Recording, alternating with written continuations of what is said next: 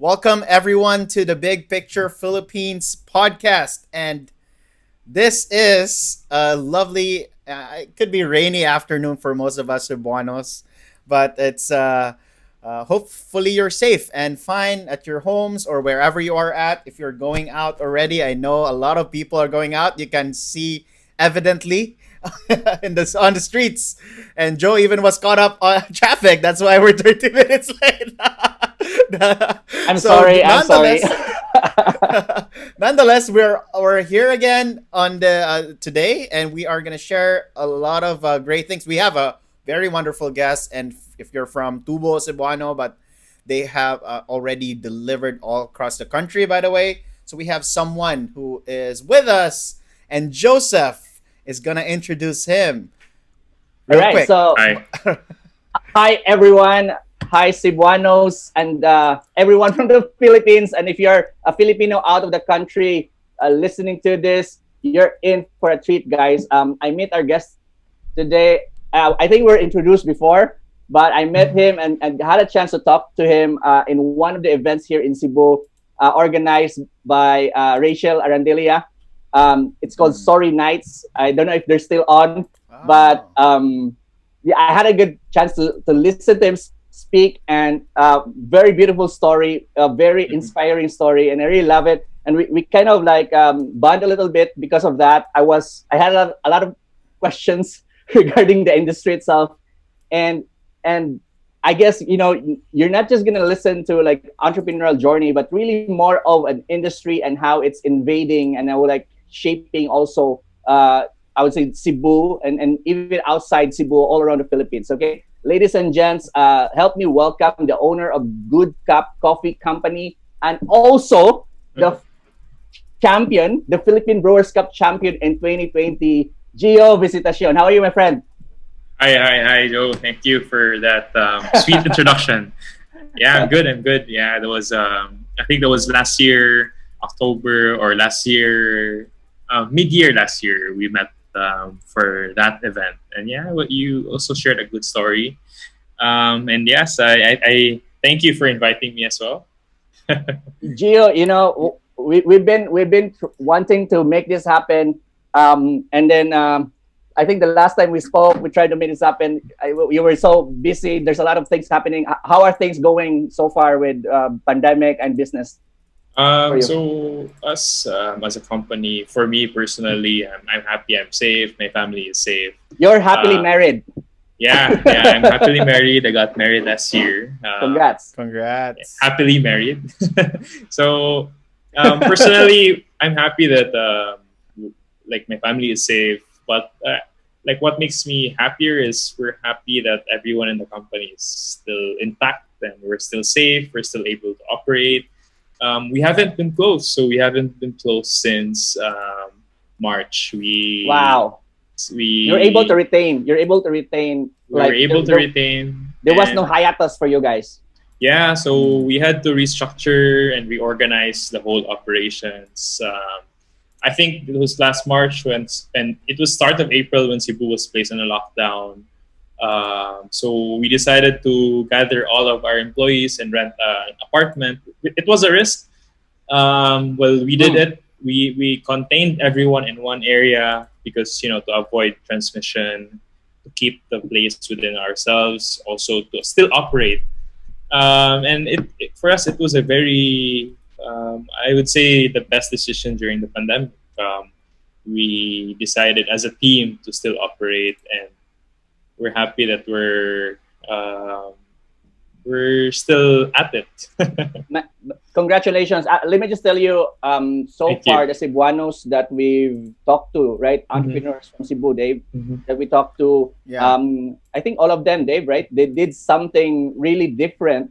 And I'm really interested to dig deep about that, Gio. But before anything else, we'd like to get to know you more. We'd like the audience to get to know you more. So can you tell us a little bit about your story, going into establishing Good Cup Coffee Company, and maybe a little bit about you being a Philippine Brewers Cup champion. Yeah. So yeah, my name is Gio, and I graduated college last 2015. But when I was in college, I was already I was already working with multiple jobs while studying. So at that time, I was in the DJ industry. So in the music industry, I was playing for different events. And Really? yeah, so I think I was in second year college. I started playing for Penthouse, um, clubs and bars in Cebu. At that point, I would say that it was a happy season because when you become a DJ, you get to have this sort of connection to the crowd, and you start to have you build relationship with a connection that when you play music, you connect it to the crowd, and it's a two-way connection all throughout the night. And at that time, when I graduated college, I got to work with the family's business, and I was already a coffee drinker. I think it was 2016, 2017. I drank a cup of coffee and in a place in Makati, and I was so shocked that coffee can taste good as that coffee. So I was so shocked wherein I started questioning myself on why is a coffee tasting like this? Is it possible that the coffee would have these unique flavors? So I started researching about the business, and I researched about that business that I drank. So it was a cafe in Manila called Yardstick Coffee. So I started researching about the owner, and I thought to myself, wow, like it can really be something that it can really be a career. Like I can work for coffee. So I started becoming so curious about learning the process. So after 2 weeks from that eureka moment, that we call that aha moment, Yeah. I enrolled in a farming tour in Benguet for about 1 week, and I learned how the coffee is grown from the farm level, how it's being processed from the farm level, and after that, it gave me so much respect to the craft, seeing how it's grown, picked, and processed. The effort that these farmers exert just to give a cup of coffee for the consumers. So I told myself, I think I'm very thankful with that moment that I got to immerse myself with the farmers because it gave me so much respect with the industry. So after that, I decided to dig deeper and learn more.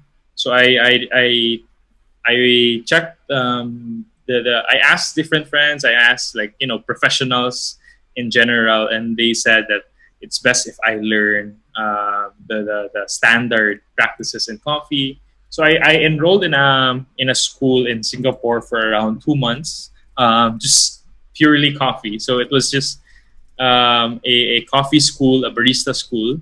And I was shocked because the world of coffee is that complex. Like it's not just buying a cup of coffee and that's it. It's really like it goes beyond that. It goes beyond than that. So I was in Singapore for Gio, around 2 months, and yeah, Gio, sorry. Uh, yeah, I just to cut you a little bit, and before you continue, like if a regular Filipino like myself grew up yeah, in a three-in-one world, yeah, coffee, right? I mean, I had a stick before when I was like very young, and then like the only thing I knew up until Starbucks opened here in Cebu yeah. was Nescafe 3-in-1. Can you like for people like me who are also waking up to the coffee industry, can Mhm. you describe like what's out there? So if the global market is very dependent on commercial coffee because it's the most accessible. Meaning, everyone, I would say 80% of the coffee drinkers, they have experienced drinking instant coffee because it's very accessible. It gives you the kick of being caffeinated. It's cheap. You can buy it anywhere.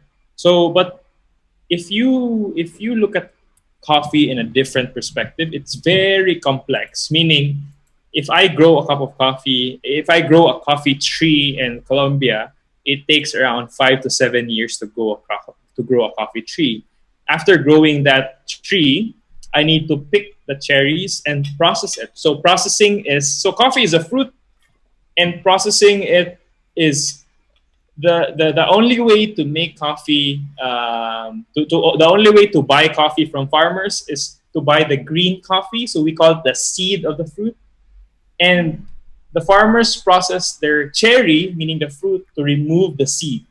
Right. And processing plays one of the biggest roles in terms of flavor development in coffee.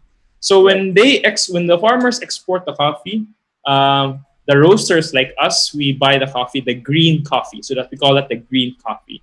And then we roast it, and then after roasting it, we taste it so that we will know what coffee are we serving to our consumers, and then you get to brew it at your home. But it's not just you have a water and you have your coffee and that's it. You need to grind it. Right. You need to weigh it in. So there's really a process. I would say coffee is like similar with wine. The complexity of wine, grapes being macerated to produce wine. But the difference is when you buy wine, it's already ready to drink. That's all set. Yes. But when you buy coffee, it's whole beans. And at the same time, there's still a very complex process of, grinding it, preparing it, your water temperature, your grind size, your brewing method, if you're using a French press. So it's I would say the on the farming perspective, it's similar to wine. The climate matters, the growing condition matters. So it's very complex. And this is also one thing that is also that there's a growing market for people like caring, like giving so much. There's a growing market for people looking for better traceability, meaning if they buy a coffee, they will ask where's this coffee from. Wow. They already established that coffee should be traceable, and that's where What's the reason? What's the reason why? Why would I want to know? because if you buy something, you're buying the product itself. You're also buying the experience of the story behind that cup of coffee. Yeah. So let's say I'm buying a coffee.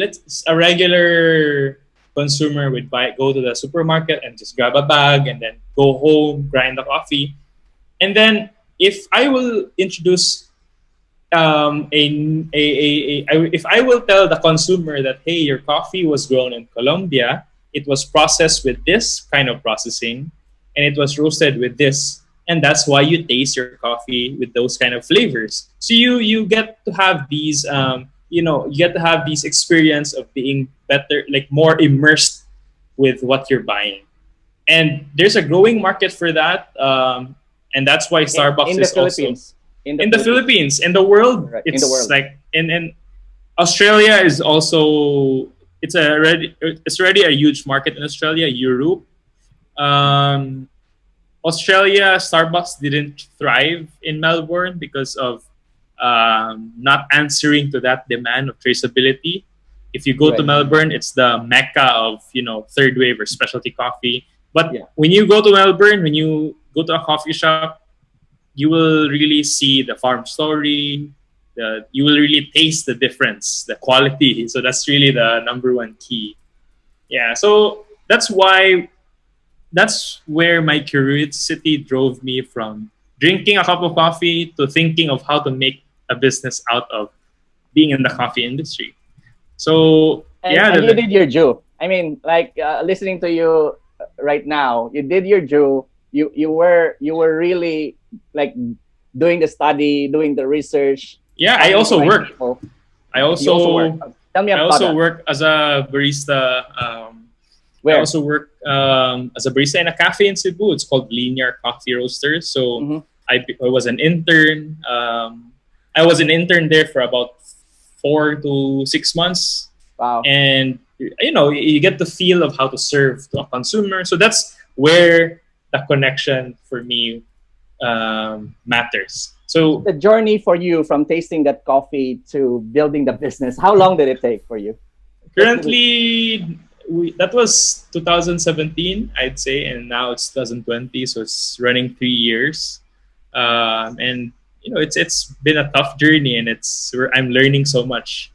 Right. Yeah, I mean, Um, I'm really curious, Gio, because this is 3 years in the. I mean, now of course the business is 2 years old. yeah. So once you've tasted the coffee back in 2017, or you were really enamored by that Hmm. concept of this coffee, Yeah. like traceability and all of that, you get you in a year you are able to conceptualize, you learn as much as you can, and in Hmm. 2 year, you mean you started the company right away within that year period, right? So Yeah. it's just fascinating to think about it, that such a thing, how I want to really dig deep to that, Joe. Maybe you Go have ahead. additional questions about this, but really dig deep to that. How can someone from like just tasting something and all of a sudden it started a company out of it, and it's a good company, no pun intended, good company as well, thriving through It's the a good season. coffee company. It's Yeah. a good coffee company. But So yeah, so how did that happen? What's the psychology with that? Did people tell you no, it won't work, or were people Or just telling you're you it getting a lot of all? support also, right? Or something like that. Yeah, what happened um, there? well, I would say I received more rejections rather than Mm, more like people.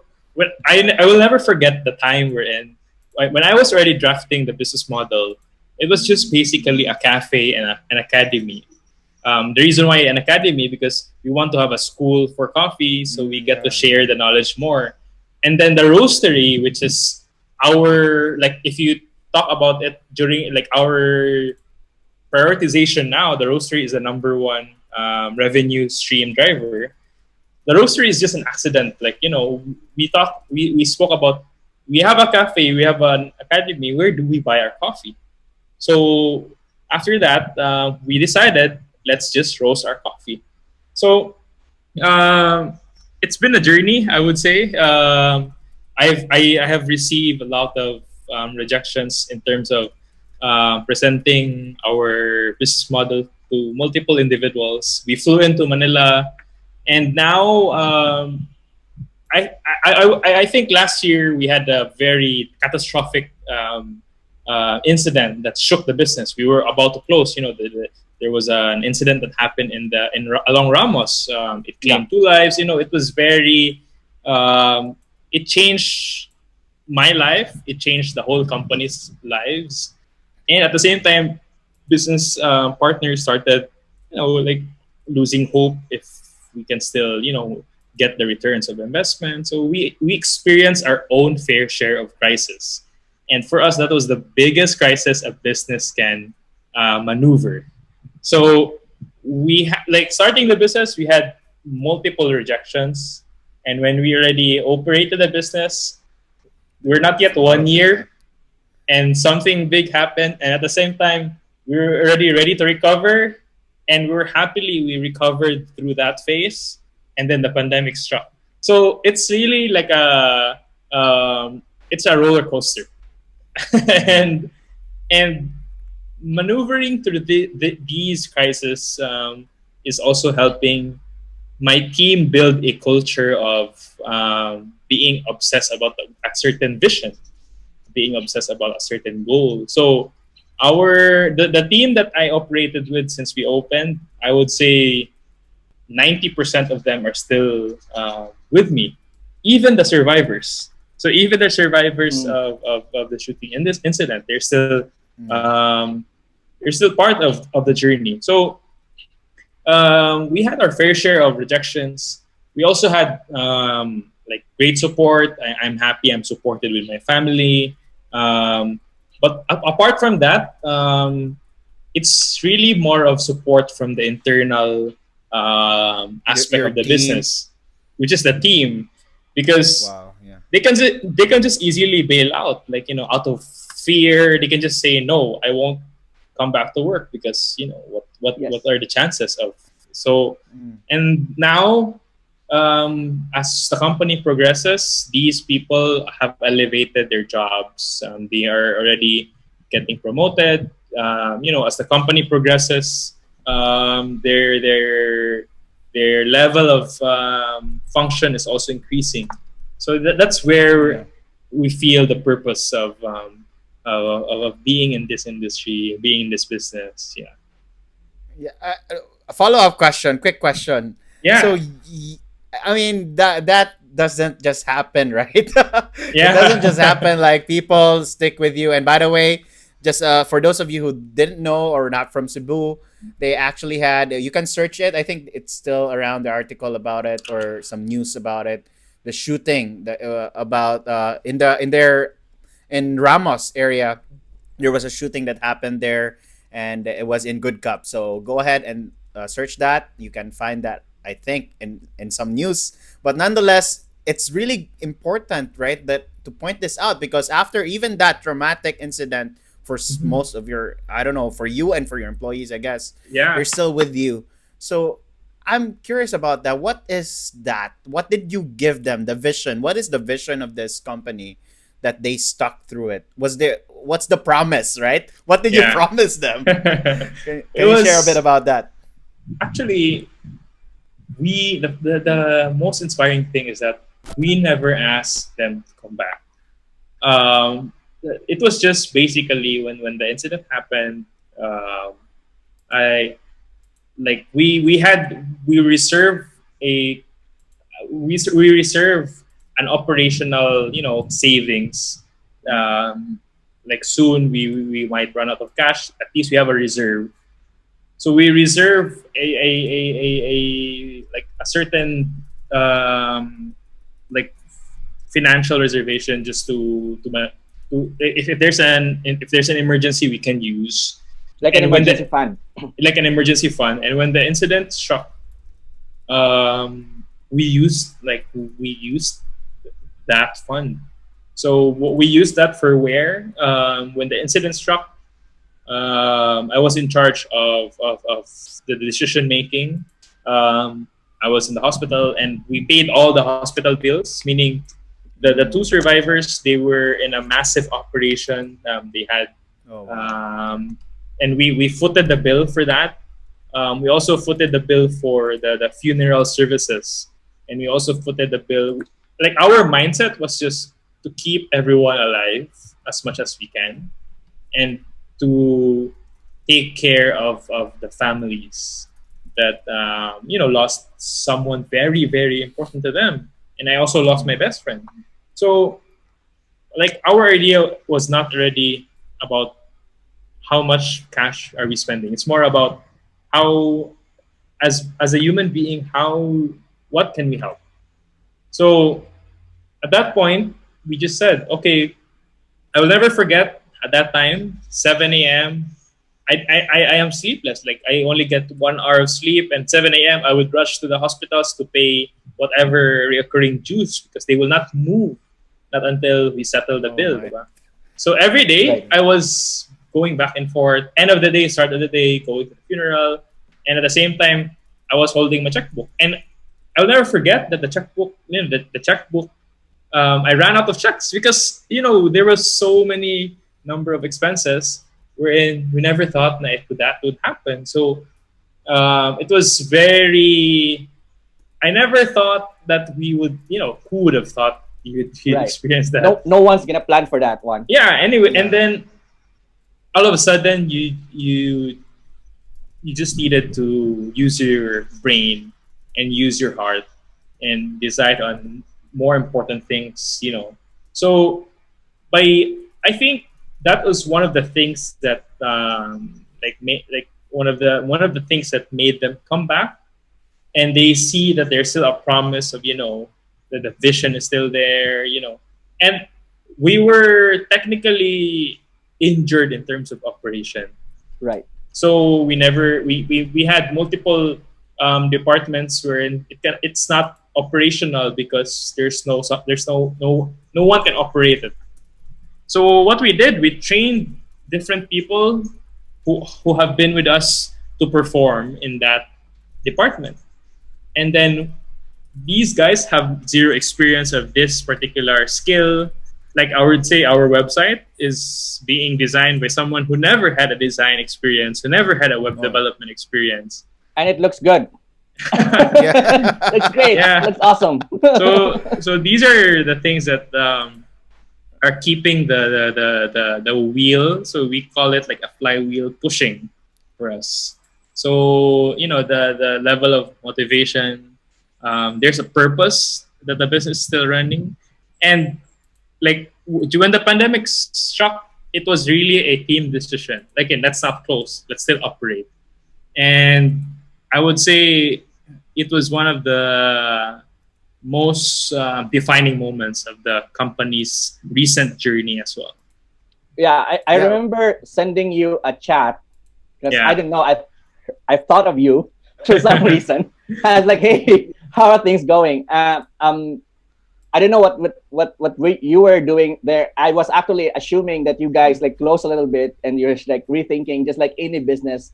Yeah. I know we closed, but we're never open, so we never open again. But for you guys, what were the like before the pandemic? Can you explain to us what was the business and where's the money coming from? Mostly, Mhm. like kind of then also then how did you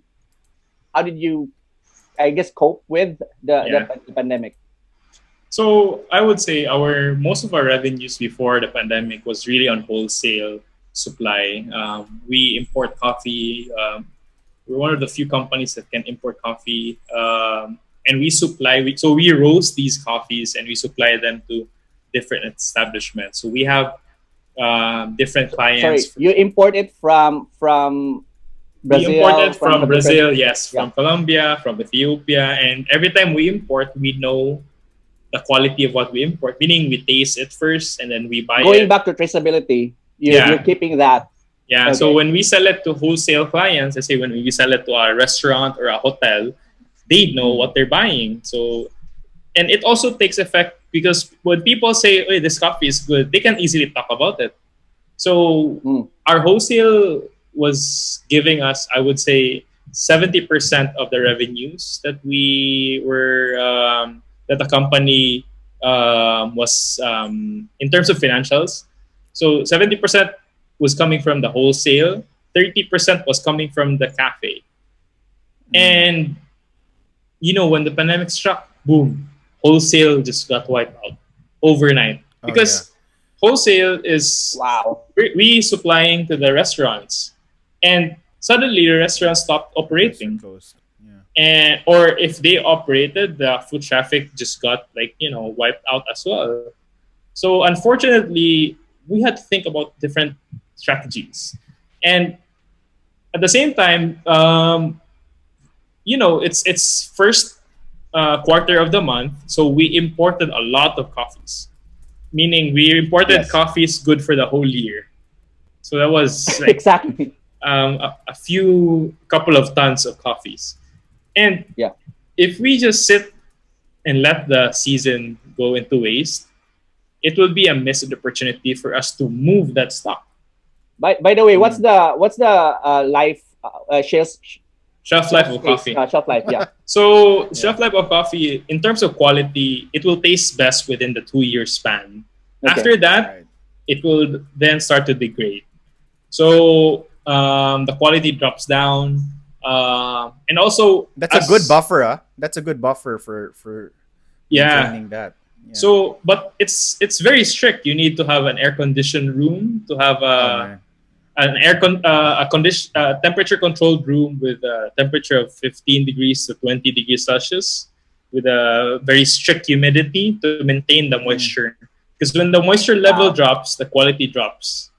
So Oh there's yeah. really science into it because it's a perishable item. Yeah. So that was pre-pandemic. How many We kilos are we talking about here for a year? I, and where do you? I mean, how big is the storage for this one? like I would say I cannot disclose the numbers, Yeah, of but course. Yeah. I'd say we were doing a container for like a half a year. So one full container is around 18 tons, so that 18,000 kilos. And that was already where our energy was at. Yeah. So meaning we have, like, let's say 20 It's clients, but all planned these out. 20 clients are just getting, um, you know, the 20 clients are more on the volume. They're not Right. more on the, they're focused more on the volume.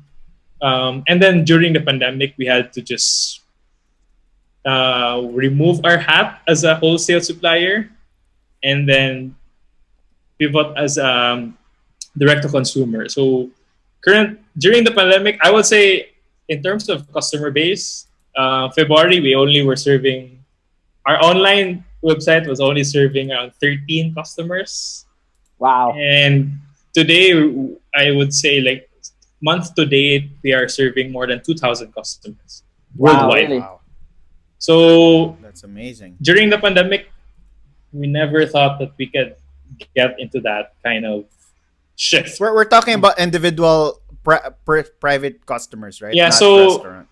what we did is, rather than thinking of business to B2B. business, Yeah. we just flip Translate. everything and did B2C. a B2C. It's more that, and we never had a very great experience with our experience with B2C is not, a very seasoned industry, like an industry leader wherein it's just easy to shift. Yeah. For us, we had to learn how to get our product from point A to B. How can we still deliver a product despite with the government regulations Right. and the government mandates? How can we still comply? I will never forget March. We were in desperate need of sales, and since I can cross borders, I was going to Lapu-Lapu, Mandaue, bringing coffee. Yeah. Your car. So I was delivering coffee to individual consumers, and like, for me that was very important because I had to get my hands dirty to know how can we still deliver to the customers' needs. And Right. now I would say, we're delivering coffees regularly to Manila, to Mindanao. There are When still you say that, is it these are beans, right? When you say beans and bottles. So we and bottles. deliver Wow. Within Cebu, we deliver bottled coffee and beans. Outside of Cebu, we deliver beans. We deliver mostly roasted beans. Yeah. Okay, let me just talk to our audience today about my personal experience, because I was just talking to Dave and Gio offline. It's still online, but prior to the call, prior to going live, my wife and I are fans of what is the brand name? Cold I just White. call it Cold White. Yeah, it's Yeah. Cold White. I just call it Cold Brew. So Cold White, and you guys Should try that out. tried it out. And then I remember my wife said, like, oh, it's gonna be delivered on Monday. I think that was a Friday or a Saturday. She said, like, it's gonna be delivered Monday, and then when we got home, it's already there. So that you guys were were delivering on the day, so that was pretty fast. And by the way, guys, it was nicely packed. It was Thank you. it was nicely packed. With like a what was that's The thermal, they Thermal got thermal something. pack. Yeah. yeah, and Wow. we finished it in 2 days. The whole 10, was it like 10 Yeah, 10 bottles. 10 bottles. Yeah. I'd love to try this out. We finished the whole thing in 2 days, guys. Yeah, I'll send you So some. we're so caffeinated that 2 days.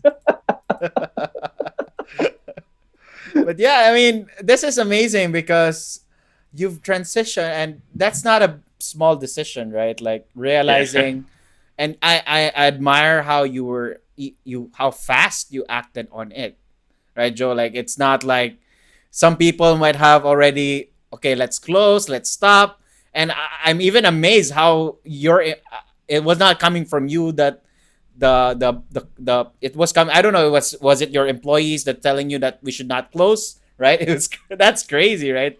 Yeah. That's some sort of very interesting aspect of it because they were the ones who really want to push, to Yeah. still open and go on. And you were there okay, what should we do? It's already wiped out. And then you Yeah. shifted there. Let me just make a comment on what you said. And for those like for those who pause, to me, it's for those who pause for like couple of months, 3 months. I consider they fast because like we're like coronavirus, COVID-19 virus is something that we don't really understand when we started. We have very less information. Yeah. There's so much fear coming in, right? There's so much. Mhm. There's still fear already, like Mhm. in the world today. Mhm. So for people who did a pause for like 3-6 months, Mhm. to me it was still fast, like just reacting and then coming back and serving to the market. But you guys didn't take a second, right? Didn't hold your breath. You just like well just we'll just go through this. And, so I love that mentality. Like you're right, Dave. I love that mentality, and not just coming from you, Gio, but for your whole team. Congrats on that. Mhm. Thank you. Yeah, and add on to that, coming up with my question is how did that happen? Like, I'm curious, what is the marketing prior to this, the wholesale thing? If you can share a bit about how you market to the restaurants, and now shifting to these consumers, I believe you've done online branding, as you've mentioned, a website and maybe a social media campaign or whatever. Can you share to us, because some of us might already been doing like wholesale businesses, right? To people, to business. Now that to direct to consumers is a different game. Really, like you have to have all these fancy branding, ads, and all that. So yeah, I'm curious how Good Cup Coffee did it. What we just did is our design process is really more of looking at the customer and then we work back. So if we look at the customer, Love we that. and we have different customer types. So what we also have, like, we deconstructed our business. Okay, we have customer type A, customer type B, customer type C, Avatars, and huh? so A, B, C. What does the customer A love, and what does the customer A want, and what does the customer A hates? So let's say customer A wants the best coffee in the world, and customer A wants fast delivery, and customer A wants and hates bad coffee. I And think you're talking about Joseph here. Hopefully, hopefully Yeah, I'm go your ideal ahead. customer. so customer B is more of, I'm new to coffee and I need to explore Try it more. out. So try That's it also out. me. So customer A is more of the connoisseur level, meaning I know I have a budget. Mm. I don't care about the price. So customer B Wow. is more of, I need to have a coffee that's within my budget, that's good, and that will help me with my adventure in terms of coffee adventure. Customer C is, I don't care. I need the price to be low. I need the product to be high, and I don't care about the delivery time, as long as the product is cheap. So these are Yeah. the customer demographic that the people who are they buy something and then they expect it 7 days. So how we market ourselves is we have different languages and different strategies directed to Yeah. different customers. So by when we want to market a product and we want to move it specifically for customer A, our tone of voice will speak like a customer A. Meaning, I will speak with you as a brand and attract you because you are our main demographic for this product. If I will talk about customer C, I will change my whole tone of voice and restructure our marketing and talk to you as if you need this product. You need us to supplement your need. This product is cheap. This product will be delivered fast. So that's where our marketing stands, and then we then create contents from there. So by knowing the customers, we move backwards, and then the product design is. I'm happy that my team is very also customer. I would say they're very customer centric. Mm. Um, First month, March, April, first 2 months, we had a crazy amount of errors. Meaning, you order a coffee from us, and then the customer asked us to be ground coffee, and we gave you whole beans. So we never had any experience on fulfillment, and suddenly we are forced to perform. So what we did is we made an internal system wherein it's a never-ending improvement for us, never-ending cycle of improvement. But our next step was how can we market that we are delivering not just coffee but an experience. So when they receive the box, like I would say, if I'll send a box to Joe of coffee, if you buy a coffee from us, you will receive a box, like a shoe box, and you will receive a recipe of how to brew that coffee. So that's where we started. That's where we think that there is a growing number of customers because we never was we were very obsessed of exceeding the expectation of the customer. So if they bought in a product, they will receive an experience. So that's really where we are trying to bank our more on in terms of efforts, energy. As a representative of customer C, Yeah. I did feel that. So yeah, message received. Uh, So to be let's say honest, if to be honest with if, you, I was if surprised that it was nicely packed. I mean, you didn't, yeah, like guys. By the way, who's watching this live? We are not scripting. I mean, Gio is not paying me yet. But I'm saying like no, it was nicely packed. When it thank you, arrived, thank you. I was surprised. Like okay, I was expecting, to be honest with you, Gio, I was expecting like a regularly packed whatever, because Yeah, I'm happy already with how it's packed in the inside. The way yeah, it's packed in bottles, yeah, but it was like packed in this container yeah. that it looks like something that astronauts would bring right to the moon. So our thinking That was was nice. more of if you buy coffee from us, um, how can we make that transaction unforgettable? So that's really where we I design love our products. So I will share with you. This is something we haven't really disclosed, but our next um, our next steps in the company is that um, we are designing multiple products. Our product design process is we need to design a product wherein it's like them buying an Apple iPhone. I love So that. so we have a coffee that's around 2,000 per bag, like small bag, and we have a very good number of customers that are buying into that product. So we want soon when they buy into it, it's like they will keep the box forever, or they will be Mm, keep the box and think about store it us. somewhere, yeah. Yeah, store it somewhere else or recycle it. So that's how we thought about the cold white, meaning um, how can we let the customers feel that you can reuse it. So we have seen that people are reusing it. They're reusing it to shop frozen goods in supermarkets. So Yeah, we want to beta. think of ways Mm, wherein it's sustainable for us, it's sustainable for them, but most importantly, the experience. So we want to yeah. invest more in that. Yeah, so my question to that is, I mean, as a regular business owner or someone, who's into the or starting their own like maybe ubi halaya business or whatever, right? And Yeah. packaging, and yeah, we're talking about packaging here, but making an unforgettable packaging, does it really cost more?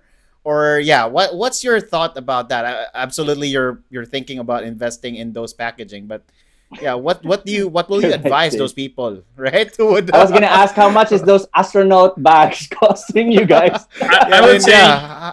that's a very good question. Well, what we do is we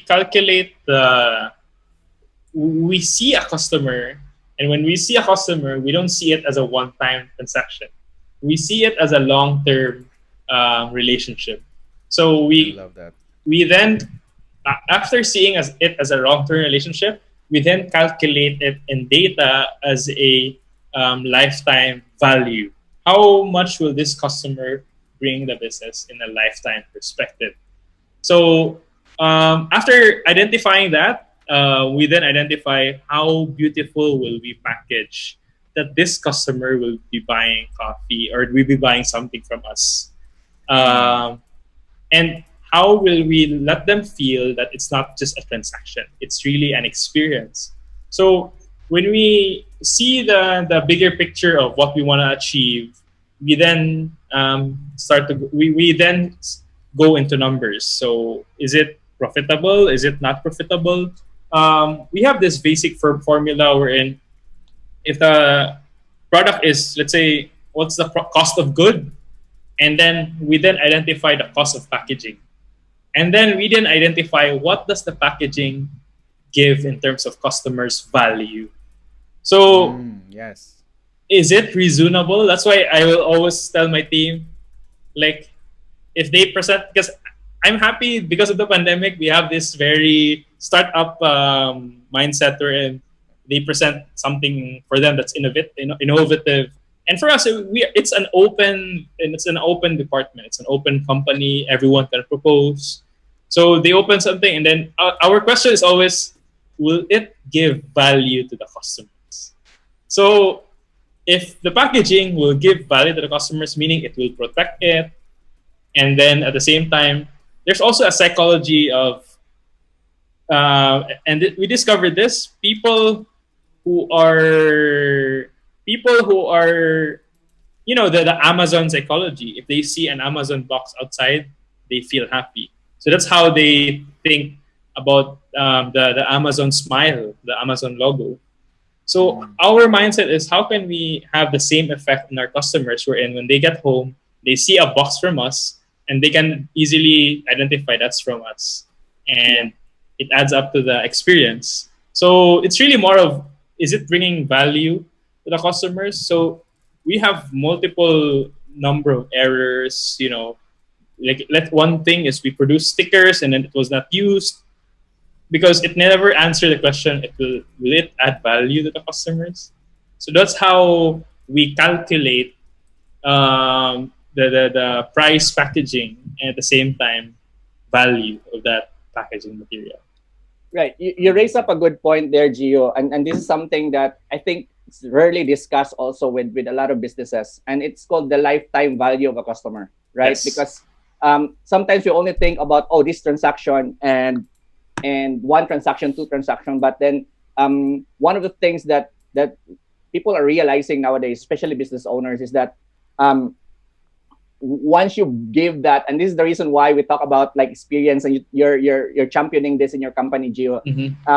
Like when you talk about experience and giving this this I would say exceeding expectation, adding more value to that, it's really more of, because of the experience, the lifetime value, people will likely to reorder, and therefore the lifetime value is not really just that one transaction, but the succeeding orders after, right after. Yes. Yeah. So Yeah, that's true. yeah, I mean, thank you for sharing that. The other thing I'd like to talk about, and I don't know if you mentioned this while you were talking, or probably missed this. Before it was 70-30, right? Prior to pandemic. Now, what's the ratio that you have right now? Wholesale, I would say not 0. scratching. Oh, I would say 5%. 5. So now it's shift totally 95 Last customer base. month's data was 5%. So this month I think we picked up a bit. So that's just 7%, 8%. Wow. But what's the outlook that you're seeing? Because as cities reopen, as government, what do you say, rules kind of loosen up a little bit in the borders. What's the outlook for you? The customer behavior has changed in a manner wherein it's very unpredictable, and I would say that the F&B market will take the biggest hit because the economy is a very consumer dependent economy, meaning the more social activities we have, the more revenues our end-to-end provider of food and beverage industry people are going to have. So if you stop the whole movement for 3 to 4 months, people are cooking now at home. People are, becoming home chefs. We see a lot of home bakers. We see a lot of so the level of quality has increased to a very high level. When the economy starts to open, when you dine out, people will start to realize that I can actually cook better food than what I'm eating. Yeah, and So the prices are higher now. and the If you prices can are see. higher now, and the winners for this kind of consumer shift of behavior are the people who are serving the quality goods. Meaning, Yeah. those restaurants or F&B in general, those people who are serving better than the pricing that they're pricing at will still sustain, can still sustain. But I would say the biggest hit would be the food chains, fast food chains. Um, us as a company, we don't see ourselves recovering for about in terms of cafe. Yeah. It's going to be very hard for us to be very positive because we are very realistic. I think that's one of the things that help us maneuver this kind of crisis is that we are very realistic to confront the brutal facts Right. of the current reality of our industry. We need to confront the brutal facts of the worst case scenarios, the things that we can never change, the uncertainties. And the only way to think properly is to be realistic. So, our outlook in the next few months is that our wholesale will be within that range of figure. Um, and people will look for ways to just stay at home. So that Yeah. it's a very because you stop the movement of the behavior for 6 months, and that to really take effect. I would say not just this year but next year. Yeah, you're right. I mean, like, for example, like people would say, people still try to meet, nowadays, Mm-hmm. but they're also limiting themselves. I mean, a lot of it is there's really fear of going Yes. out. Mm-hmm. So what you're saying, that like a lot of the B2C is really delivery for you guys, Mm-hmm. not so much. Are people allowed to go inside the cafe now for you Yeah, in we're Philippines? planning to. I think Cebu is in a better shape. I would say Cebu is in a better shape compared to the rest of the major cities in the Philippines. Um, we are better contained. Right. Um, we Because learn we're an from island also. We're an island also, right? and we also learn from our mistakes because Yeah. we had our down Sure, sure. Yeah. moments when it was chaotic for us. But our cafe, we will not be opening dine-in at until December. Okay. Because currently now, if you go there, murag bodega, Oh because yeah. of You're stocking the. yeah, we're stocking a lot of things. Okay. It's like a fulfillment center, and our Mm. common people that we see is someone from LBC, from DHL, from just DNT. So that's currently our reality now. There are still people that want us to open for dine-ins. We want to, but it's not yet for us. It's not the best time yet. But we're still making it more convenient for people to stay at home. So, like when you ordered coffee, our way of thinking is if we can do 24-hour delivery, we can do 24-hour delivery. Right. So, if it's prepared, we deliver. Yeah. And we have built that kind of system and culture wherein, if we delivered you the wrong coffee, we then will replace you with the right order, and we will not get back the Yeah. wrong order because we believe that like it's our fault and we learn from it, and at the same time we're just not transacting for the first time. So that's how our mindset works now.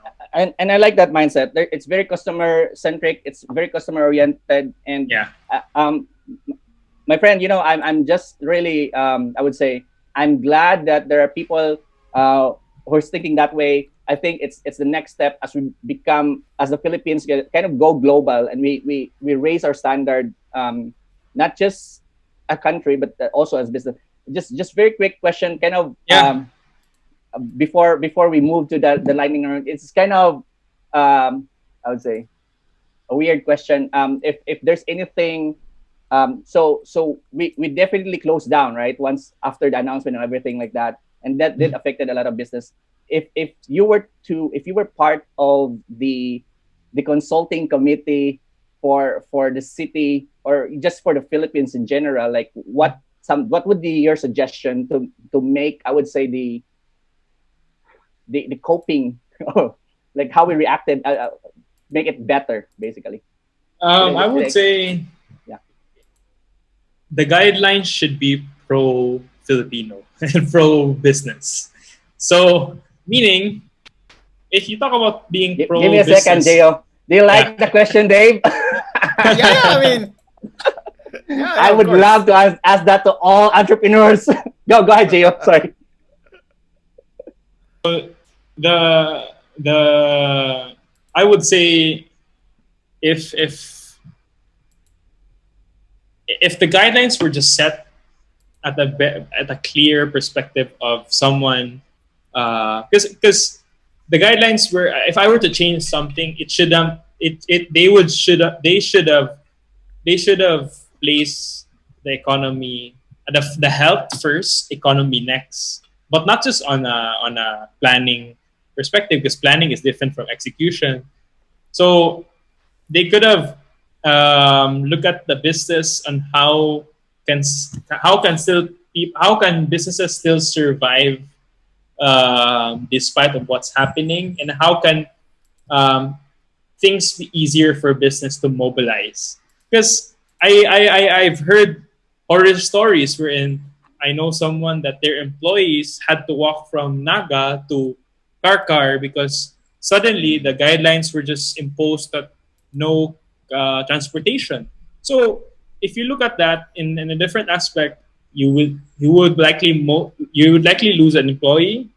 At the same time, that employee will not be able to operate with his function, so you need to look for another one. So it was really a domino effect. When the economy stopped moving, the businesses started getting hit very badly. And yeah, that's how I feel that it could have done better if the mobilization of important essential goods and essential businesses, or I would say businesses that are um, not in the field of violating social distancing, violating, because the funny thing is, I was in Taiwan a month before the pandemic, and they had already 10 cases, and they took the 10 cases as if everyone is infected, meaning you cannot go out your hotel as if you don't have a mask with you. You cannot. All the malls had alcohol. I think like that's really when I. This was February, midweek of February, when I traveled back to the Philippines. Boom, the Philippines started banning flights from Taiwan. But when I saw Taiwan of how they responded to the pandemic, is the businesses were still operating, they were still earning, the economy was still moving because they never stopped the movement of goods, and Yeah. they never imposed closure for businesses. Because if you stop the movement of the consumer, the economy is very consumer dependent. Meaning, the reason why Jollibee, the big chains thrive in this local economy is that we're very dependent with the brands that are accessible. So yeah, that's what's it could have been easier if they could have they could have thought of Yeah, I helping us just feel out. like you're right. I just feel like the economy is an afterthought, Yeah. and it was like an overreaction to. I mean, I definitely I'm with you there. Health number one, definitely health number one. But I just feel like there was like an overreaction to the point like I'm just afraid as a business owner, and I'm saddened that a lot of businesses close when Yes. I think they should not have been closed. But anyway, we Mhm. can talk all day about this. Yeah. Yeah, that's very true. I would say overreacting is as worse as not reacting at all. Exactly. I Gio, would like I agree. said, Yeah. I am so glad that you guys are doing well, so to speak, in this economy, and that's what we're here for in the Big Picture podcast. We'd like to support local business and local businessmen, and like to share stories like your story that you're so passionate. Thank you. Your passion became a business, right, Dave? And now, Yes, Dave, of course. and now, let's go on to To the our lightning lightning round. round. Gio, All this is a right. place where we ask you series of questions and you answer it in a very fast way. And this is just a Lightning way way. to get to know you more also. Dave, you'd like to start? Yeah, so first and foremost, Gio, who or what inspires you? First is what inspires me is that the what inspires me. That's a very nice question. Um, Go ahead, my friend. well, Maybe first, you want to add your wife. Just kidding. yeah, what inspires me is the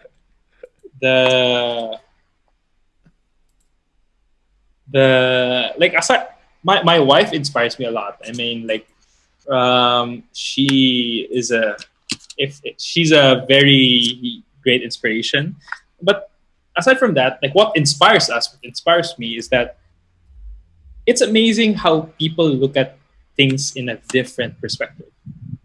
And if and at the same time, it's also amazing how like I am inspired with the level of creativity a human being can execute.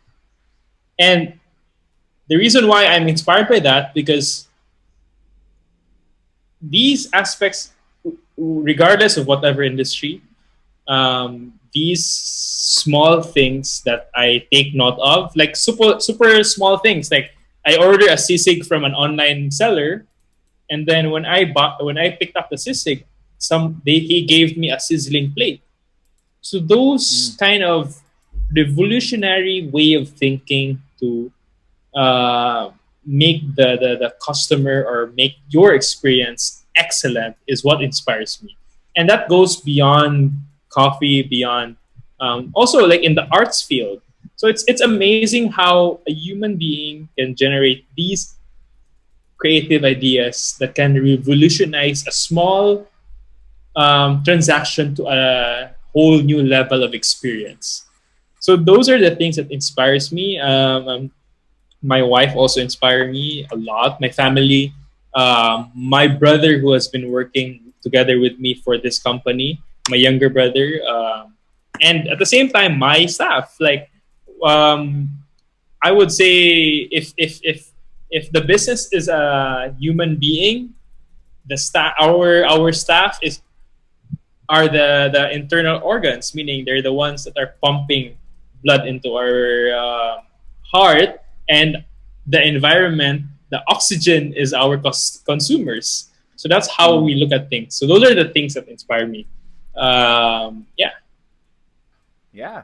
Yeah, wow. Yeah, I'm pretty sure you're thinking about it in many aspects, Gio, personal life, also in business, and yeah, really more of, I think, because of a lot of conversations that we have about how your team and you're basically gritting it out during the pandemic and just really helping each other, and being. I love that when you said that you guys are putting in your startup hat and just going through this, and yeah, thank you for that answer. My next question would be, what resources that either book, TV show, movie, I don't know, magazine that you have that you can share to our audience that they should watch or read or listen to. one of my favorite book is a like I'm very hooked up with the audiobook, which is an Audible. So Mm, it's an audiobook that is helping me gather thoughts from different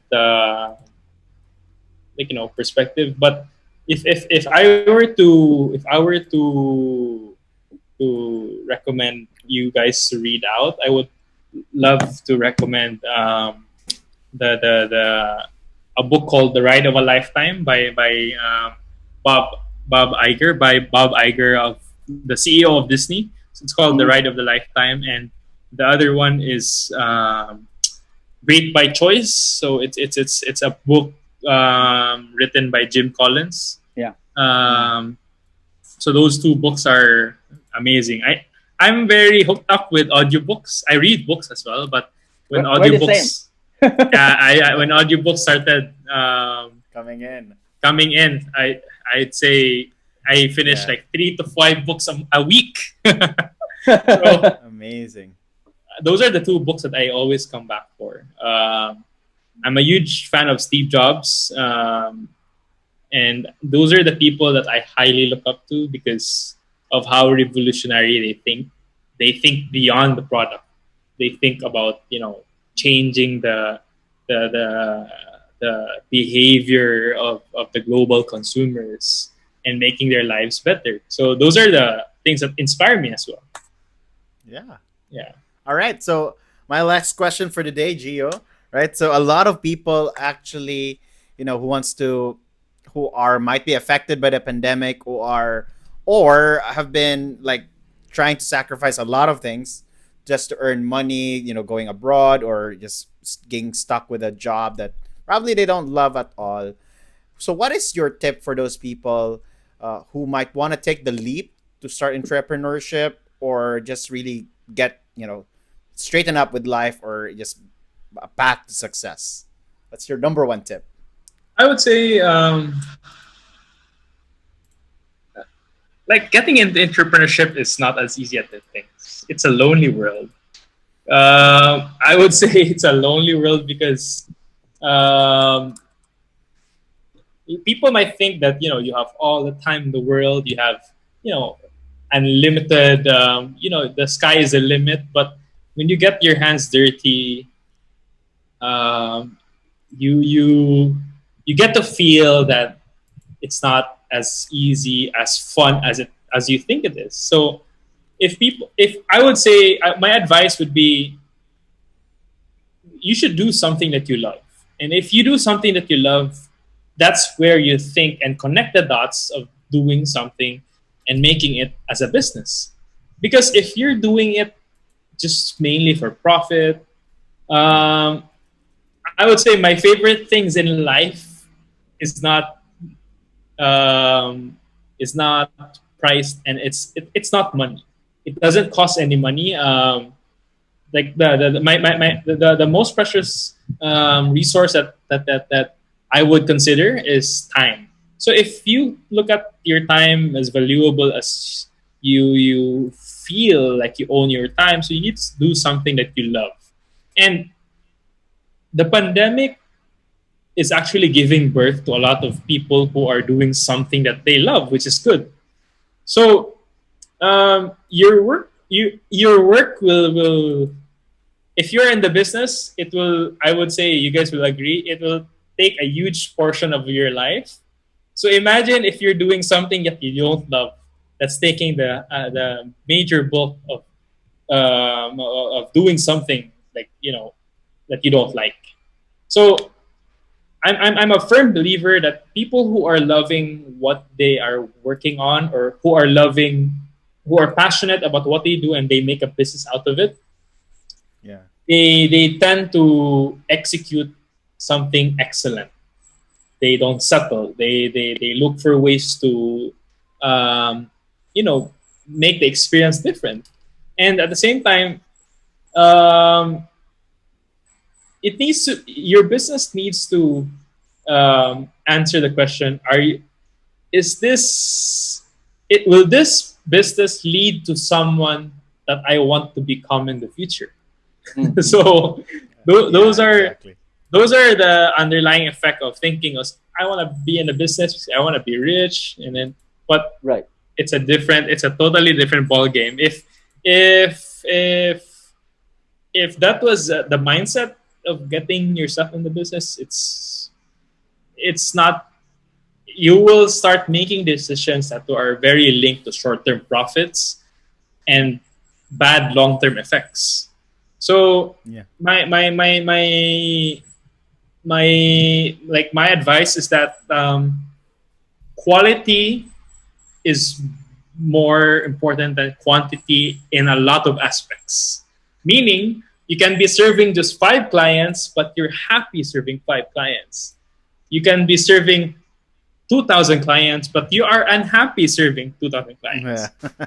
So That's so true. those are the things that I want to, like, tell someone who is thinking of getting into a business or want to develop an idea.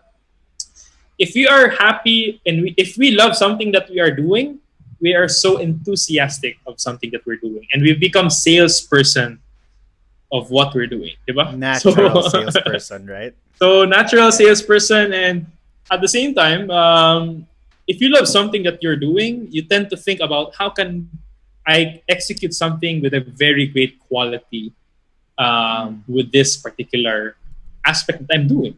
So because I will share with you the humanity, the average human being now, the level of excellence that they are thinking is getting lower.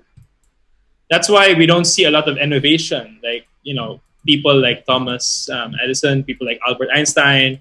You know, these guys have innovated because they think that the human being is like they're not contented with the cycle of the human being. So those are the things that I I would like to highlight, and um, I would say what else? Um, I would say um, I would say that what separates successful people to non-successful ones is number one thing: pure perseverance. Yeah. I like it. So I like it. Yeah. that's one thing. It's just as one. People ask me what's the best advice that you can give me. I would just say, Mm.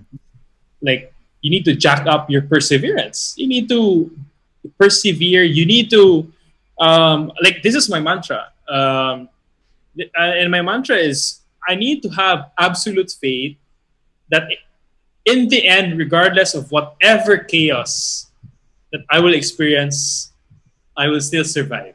So the business will still survive. The business will be successful. So if you have that faith, you will do everything that you need to do to execute that. So that's where the perseverance comes in. That's where the level of trust that you can perform comes in. So yeah, that's those are the things, the key points that I would like to highlight. Gio, you really hit head, the nail on the head Of the there. nail. Oh, Yeah. yeah, hit the head, hit the head of the nail there. Because like what you're saying is very true. I mean, to me, Thank you. like perseverance is number one. Passion in what you're doing, because like these are the things, because business is really a long game. Dave love this quote that business is what do you call that, Dave? Is the number one personal development thing that you can do, because you're Yeah. really Yeah. gonna get developed. And you've spoken like as a businessman, and I'm pretty sure that the audience that are listening today and now, and people who are watching in the replay. By the way, if you're watching the replay, hashtag replay, um, we're definitely going to be inspired with that. Having said that, Gio, thank you so much Thank you. Thank you. for being here with us. But before you go, where can people, find out more about the Good Cup Coffee Company, and more information about what you guys are doing there? So yeah, the company is we're a company based in Cebu, proudly Cebuano.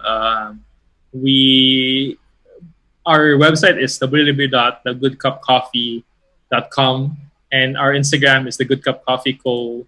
And you can also follow us on Facebook. But most likely, I would say we're our main purpose of why the business is around is just to serve a good experience, a good coffee experience to the consumers. So if you're looking for that kind of experience, we'd be happy to, serve you that experience. And yeah, I'm happy that you guys invited me over. It's a very refreshing to talk about these things. I never talk It about these is, things. right? It is, right? I mean, Exactly. it is, right? Yeah. Yeah, we're happy to have you. There's definitely a lot of things to discuss there. I mean, I just opened a kind of worm before we went to the lightning round. It's a good 3 hours topic. But Thank yeah, you. I mean, we're so happy to have you, Gio. And guys, if you're watching live or if you missed the very beginning, please do a good rewind. There's a lot of things that Gio shared as a business person, and his path basically is like really just digging deep into something that he tasted back in 2000. What was it? Amazing 2017. journey, yeah. Yeah, so that's just amazing to me. It blows my mind a little bit. Thank you. Dave. All right. So, I mean, guys, if you are new to this podcasting thing, this is, if you're not aware of that, there is an option out there. You can read books through Audible or audiobook like Gio has been doing. And podcast is also here. It's in Cebu specifically, or in the Philippines. So if you are new to this, and Gio, you might know some people who might not have heard about podcasting, feel free to invite them and Sure. check out this show.